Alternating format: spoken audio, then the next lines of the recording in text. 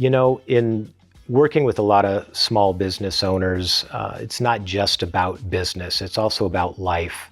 And I oftentimes end up having pretty deep conversations with my clients and people that are sitting in class as well. And one of the things that we're really discovering is that we want our business to be a blessing to our life and not our life.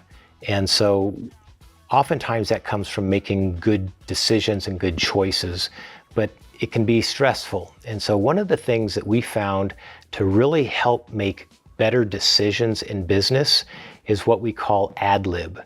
It's an acronym that stands for Advancing Decisional Love in Business.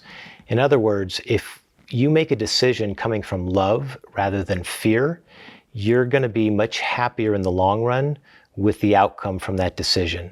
We've found that when people are making decisions from fear, that it might be a short blip or uptick in business, but oftentimes comes back to bite them or haunt them, and usually has a very detrimental occurrence or outcome as a result. So one of the ways that we're explaining that people can do it is if you can think of a box split in two, right?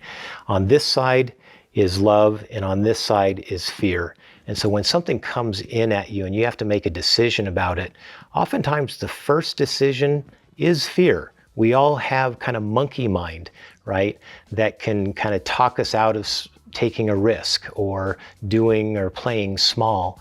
And so it's going to sound like a fearful thought. And then we think, well, we've got to play it safe. We can't afford to lose. So the decision is from fear. And we oftentimes will regret that we didn't really play a bigger game. So in that moment, recognize that you're only responsible for your second thought and your first action. That first thought, kind of a throw it away, if you will. And so we know that that's probably a fearful thought. When it comes in, go to love. What would you do from a loving place, an abundant place, a place of well-being? And play with that. And if you want help thinking through that, what that can look like for you so that you can spend more time over here operating from love versus fear, I would love to have that conversation.